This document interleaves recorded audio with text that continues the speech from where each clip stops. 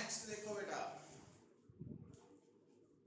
देखो हुणे जो करंट इलैक्ट्रिसिटी वाला पोर्शन आपां स्टार्ट किया ना बेटा, ਇਹਦੇ ਵਿੱਚ ਆਪਾਂ 3 PDF मैं ਤੁਹਾਨੂੰ ਸੈਂਡ ਕੀਤੀਆਂ और 3 PDF ਦੇ ਰਿਲੇਟਡ ਅਸੀਂ ਥਿਊਰੀ ਪੋਰਸ਼ਨ ਕੰਪਲੀਟ ਕਰ ਚੁੱਕੇ ਹਾਂ।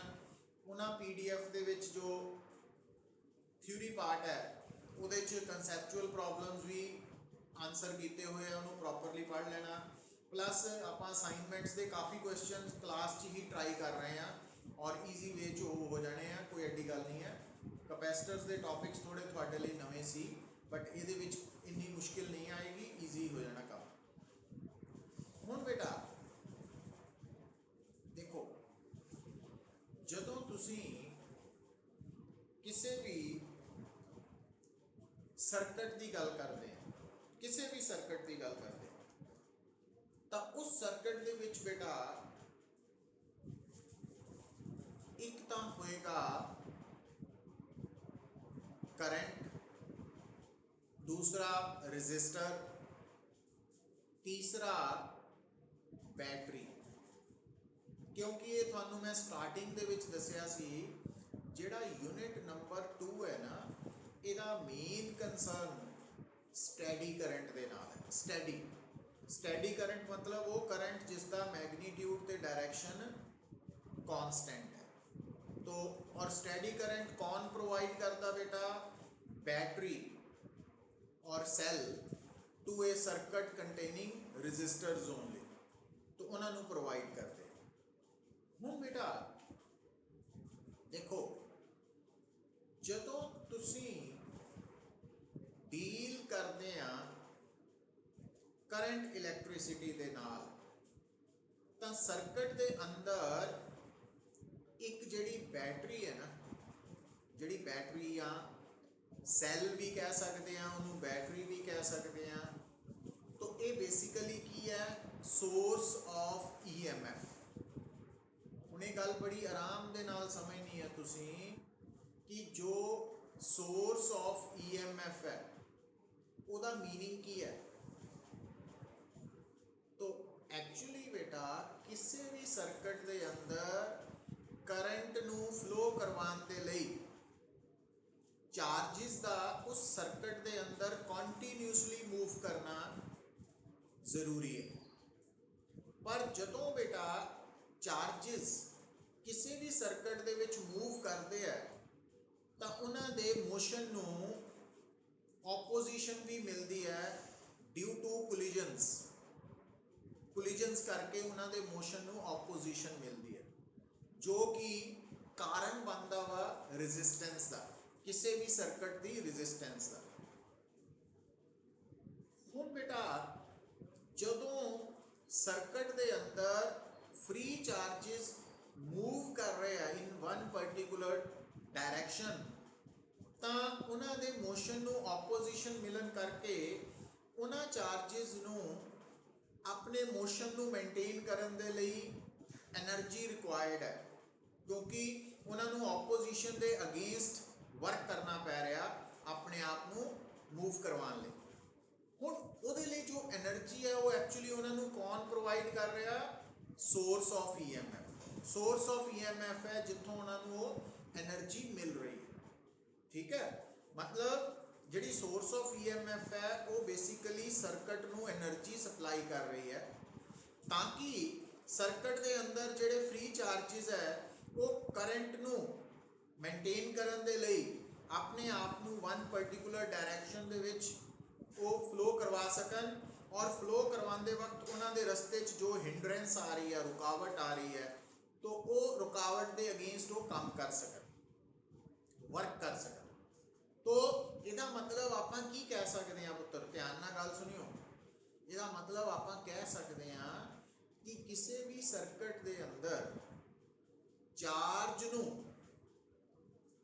पूरा चक्कर लगवाने लई, कंप्लीट पाथ फॉलो करने लई, वन फुल पाथ कंप्लीट करने दे लई एनर्जी की जरूरत है। वो काहदे लई जरूरत है? क्योंकि उन्होंने वर्क करना पएगा अगेंस्ट द ऑबस्ट्रक्टिंग फोर्सेस, जिहड़ियां रुकावट पैदा कर रही हैं, उन्होंने अगेंस्ट काम करना पएगा।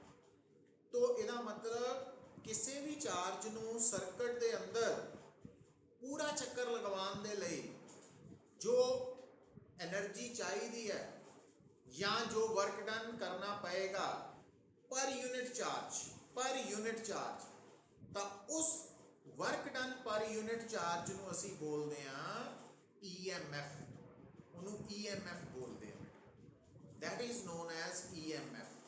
तो लिख लो EMF, इलेक्ट्रोमोटिव फोर्स, पूरा नाम EMF, पूरा नाम इलेक्ट्रोमोटिव फोर्स।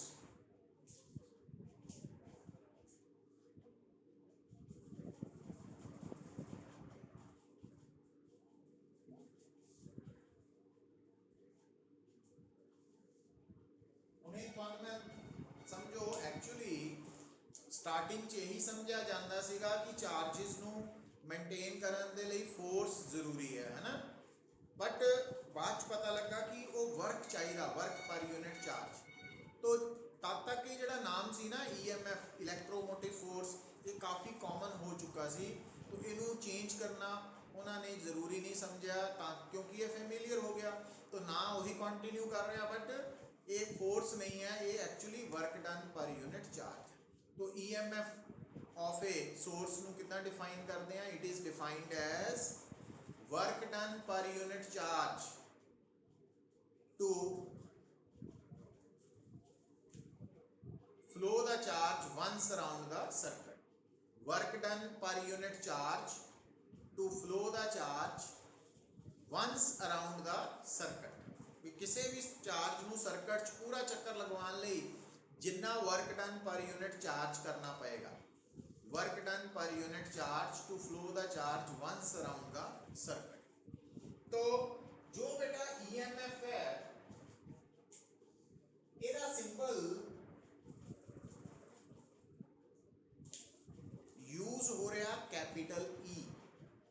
ਹੁਣ ਤੁਸੀਂ ਇਹਨੂੰ मिक्स कर सकते हैं, तुसी कन्फ्यूज हो सकते हैं किहदे नाल, इलैक्ट्रिक फील्ड इंटेंसिटी नाल, है ना। तो EMF का जो सिंबल है वो कैपिटल E यूज हो रहा बुक्स दे विच भी, नोट्स दे विच भी, तो थानू कन्फ्यूज कर सकता। इस करके थोड़ा अलर्ट रहना तुसी कि E जिहड़ा कैपिटल E है वो सिंबल की रिप्रेजेंट कर रहा, इलैक्ट्रिक फील्ड इंटेंसिटी है कि उस कॉन्टैक्स्ट दे विच उस फार्मूला च EMF है। ये बारे थानू थोड़ा जा अलर्ट रहना पड़ेगा, है ना। अच्छा, और डेफिनेशन के अकॉर्डिंगली क्योंकि ये EMF जो है that is the work done पर यूनिट चार्ज, तो आप इतने मान रहे हैं कि जिस चार्ज नू आप सर्किट च पूरा चक्कर लगवाया वो Q0 है, तो उन्होंने पूरा चक्कर लगवाने लिए कितना वर्क डन करना पाया W, तो W/Q0 EMF आ गया। अच्छा हुण बेटा W वर्क डन दा SI यूनिट है जूल, चार्ज दा कूलम है, इसका मतलब EMF दा SI यूनिट की बन गया जूल पर कूलम, पर जूल पर कूलम नू वोल्ट कहने आपां, तो EMF दा SI यूनिट भी वोल्ट ही है।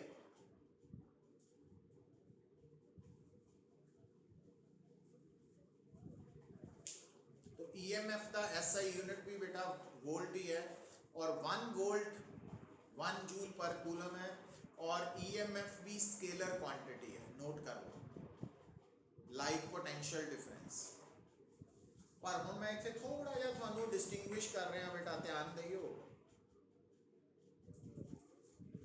जे थानू याद होए पोटेंशियल डिफरेंस की डेफिनेशन, है ना, पोटेंशियल डिफरेंस की डेफिनेशन की सी, वो भी वर्क डन पर यूनिट चार्ज ही सी, पर फर्क समझियो EMF भी वर्क डन पर यूनिट चार्ज है, बट दोनों च फर्क की है बेटा कि पोटेंशियल डिफरेंस की डेफिनेशन जो वर्क डन पर यूनिट चार्ज है वो कौन कर रहा वर्क डन, वो कर रहा कंजरवेटिव इलैक्ट्रिक फील्ड। जो पोटेंशियल डिफरेंस है ना ਉਹਦੇ ਵਿੱਚ ਜਦੋਂ ਆਪਾਂ ਕਹਿੰਦੇ ਆ work done per unit charge, तो पर वो वर्क डन किया कि नहीं है बेटा, कंजरवेटिव इलैक्ट्रिक फील्ड ने। पर EMF के केस के विच जदों असीं कहते हैं वर्क डन पर unit charge to move the charge once around the circuit. ਤਾਂ ਇਸ ਕੇਸ ਦੇ ਵਿੱਚ EMF ਦੇ ਕੇਸ 'ਚ ਜਿਹੜਾ ਵਰਕ ਡਨ ਚਾਰਜ ਤੇ ਹੋਇਆ ਉਹ ਕਿਹਨੇ ਕੀਤਾ? Non conservative electric field. ਤਾਂ ਨੋਟ ਕਰ ਲਓ ਕਿ ਪੋਟੈਂਸ਼ੀਅਲ ਡਿਫਰੈਂਸ ਦੇ ਵਿੱਚ ਜੋ work done per unit charge ਹੈ ਉਹ ਵਰਕ ਡਨ ਕੌਣ ਕਰ ਰਿਹਾ ਚਾਰਜ ਤੇ? Conservative electric field. ਬਟ ਜੋ EMF ਹੈ ਉਹਦੇ ਵਿੱਚ ਜੋ work done per unit charge ਹੈ ਉਹ ਕੌਣ ਕਰ ਰਿਹਾ? ਉਹ ਕਰ ਰਿਹਾ नॉन कंजर्वेटिव इलेक्ट्रिक फील्ड।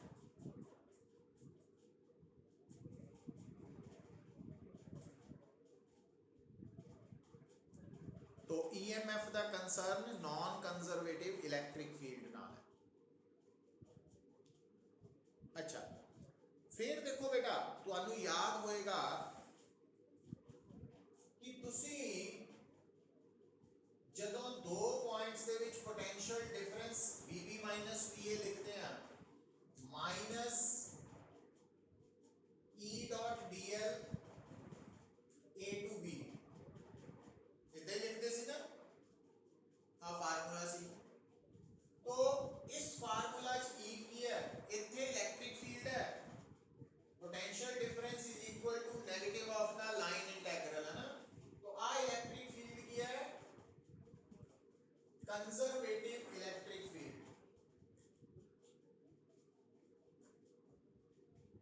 तो EMF के case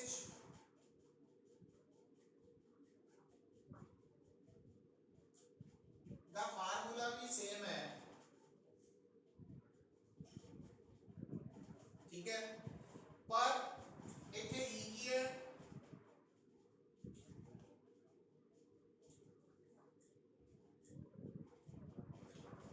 N for non, C for conservative। तो non conservative इलेक्ट्रिक फील्ड। अच्छा हुण एक थोड़ा जिहा होर फर्क देखो बेटा पोटेंशियल डिफरेंस दो पॉइंट्स दे विच होएगा A एंड B है ना। जिहड़ा EMF है ਉਹਦੀ डेफिनेशन च ਅਸੀਂ ਕੀ ਲਿਖਿਆ वर्क डन पर unit charge to move the charge once around the circuit. पूरा चक्कर का मतलब चार्ज जिथों चलिया उत्थे वापस आ गया, मतलब इनिशियल ते फाइनल पोजीशन सेम है, मतलब उन्हें जिहड़ा पाथ फॉलो किया ना बेटा वो क्लोज्ड पाथ है। तो इस करके EMF is equal to minus line integral of non conservative electric field along the closed path. इतना लिखा जाता बेटा। अच्छा हुण बेटा ये तो है EMF नु लिखन दा mathematical way in terms of non conservative electric field. तो आ फार्मूला तुसी नोट कर लेना।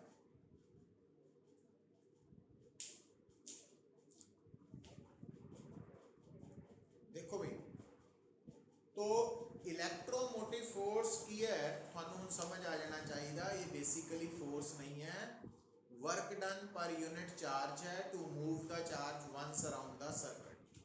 और इस फोर्स EMF के केस च जेड़ा वर्क डन हो रहा कौन कर रहा? नॉन कंजर्वेटिव इलेक्ट्रिक फील्ड कर रहा। और वर्क जो EMF है वो स्केलर क्वांटिटी ही है और EMF का SI यूनिट वोल्ट ही यूज होएगा जो कि पोटेंशियल डिफरेंस लिए भी यूज होता ना वो सेम ही है।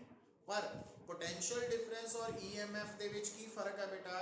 Potential difference basically electric conservative electric field के अंदर दो पॉइंट्स के पोटेंशियल का डिफरेंस है, जबकि EMF का संबंध किहदे नाल है? सैल दे नाल, बैटरी दे नाल है ना, क्योंकि सेल और बैटरी या जनरेटर एक्चुअली की है सोर्स ऑफ EMF। तो सोर्स ऑफ EMF नु की करना पै रहा? एनर्जी सप्लाई करनी पै रही है चार्ज नु पूरे सर्किट च चक्कर लगवाने लई। तो वो जिहड़ा वर्क उन्होंने करना पै रहा एनर्जी खर्च करनी पै रही पर यूनिट चार्ज वो EMF।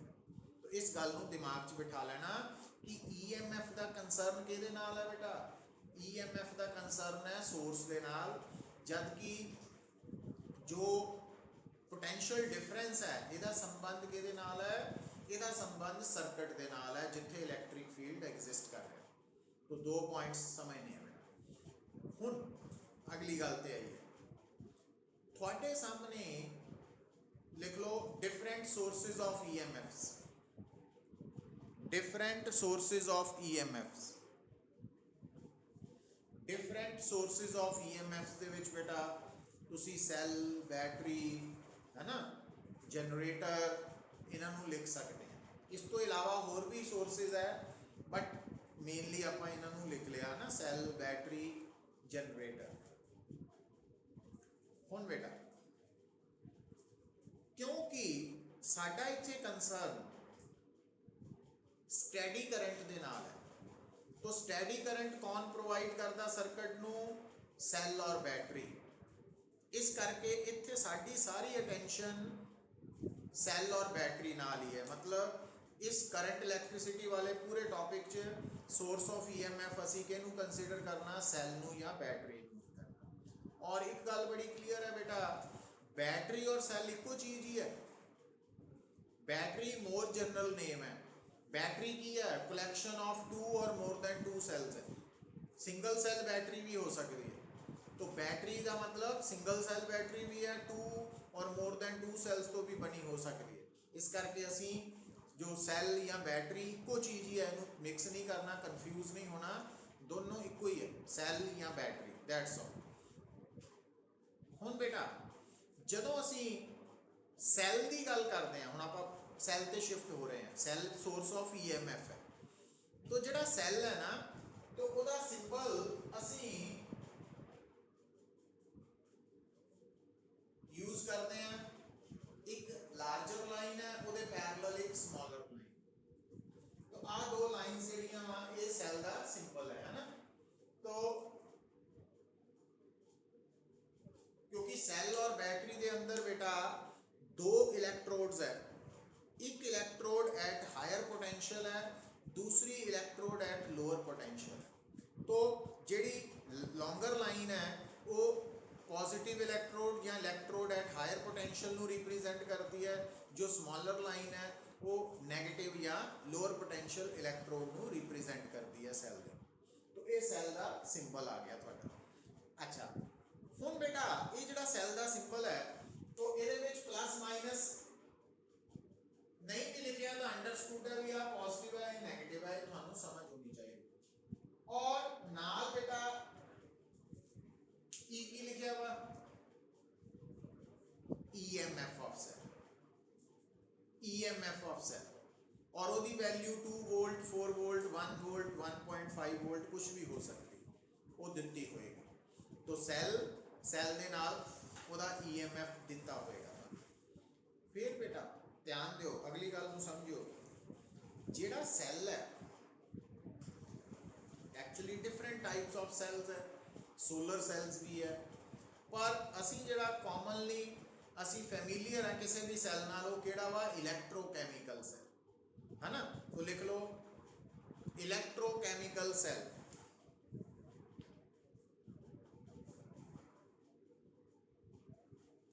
तो इलेक्ट्रोकेमिकल सेल जो है बेटा, तो लिख लो in this cell chemical energy is converted into electric energy. मतलब ये विच सैल दी जो केमिकल एनर्जी है ना, वो सर्किट दे विच चार्जेस नू फ्लो करवाने लई वर्क च कन्वर्ट होंदी है ना, और चार्जेस दे फ्लो करके इलैक्ट्रिक एनर्जी पैदा होंदी है, आपां कहने। तो इलैक्ट्रोकैमिकल सैल, और इन्हां दियां नाम लिख सकते हैं बेटा इलैक्ट्रोकैमिकल सैल के बारे। लिगलैंचे सैल है, वोल्टा सैल है, डेनियल सैल है, लेड एसिड एक्यूमुलेटर है, एडिसन सैल है। तो ये डिफरेंट सैल्स है, और ਉਹਦੇ ਚ ਵੀ ਤੁਹਾਨੂੰ ਲੋਅਰ ਕਲਾਸਿਸ ਚ ਤੁਸੀਂ ਪੜ੍ਹਿਆ ਵਾ ਕਿ ਦੋ ਤਰ੍ਹਾਂ ਨਾਲ ਸੈੱਲ ਨੂੰ ਡਿਸਕਸ ਕਰਦੇ ਆ, ਇੱਕ ਪ੍ਰਾਇਮਰੀ ਸੈਲਸ, ਇੱਕ ਸੈਕੰਡਰੀ ਸੈਲਸ। ਪ੍ਰਾਇਮਰੀ ਸੈਲਸ ਬਾਰੇ ਲਿਖ ਲਓ ਬੇਟਾ, ਪ੍ਰਾਇਮਰੀ ਸੈਲਸ ਇਹ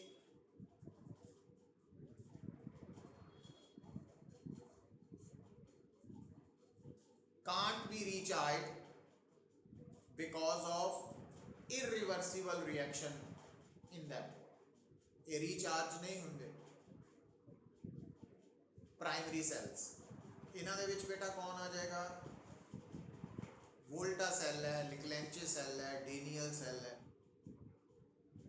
वोल्टा cell, Leclanche cell, Daniell cell, तो प्राइमरी सेल्स दे अंडर आएंगे। Can't be recharge because of irreversible chemical reaction in them. और दूसरी तरफ सेकेंडरी सेल्स, जो सेकेंडरी सेल्स है उसकी एग्जांपल है बेटा lead acid accumulator, Edison cell. और ये सेकेंडरी सेल्स जिहड़े are can be recharge because of reversible chemical reaction in them. तो इन्हां दे अंदर रिवर्सिबल रिएक्शन होने करके, केमिकल रिएक्शन होने करके ये रिचार्ज हो जाते हैं, है ना। तो जिहड़ी तुहाडे घर दे अंदर इन्वर्टर दे नाल बैटरी लगी है वो लेड एसिड एक्यूमुलेटर है। और इन्हों एक्यूमुलेटर क्यों कहने आ? क्योंकि ये रिचार्जेबल है, ये अपने अंदर ड्यूरिंग रिचार्जिंग एनर्जी को स्टोर कर लेंगे, है ना। वो जी फिर दोबारा इलैक्ट्रिक एनर्जी कन्वर्ट होती। तो ये मतलब जनरल पॉइंट्स है, तो ये बारे थानू थोड़ा आइडिया होना चाहिए। हुण बेटा जदों असी गल करनी है इस तो नैक्सट पॉइंट की, हुण तुहाडे सामने दो टर्म्स क्लीयर हो गई हैं। एक आपां कहा EMF ऑफ सेल और दूजा बोलिया पोटेंशियल डिफरेंस।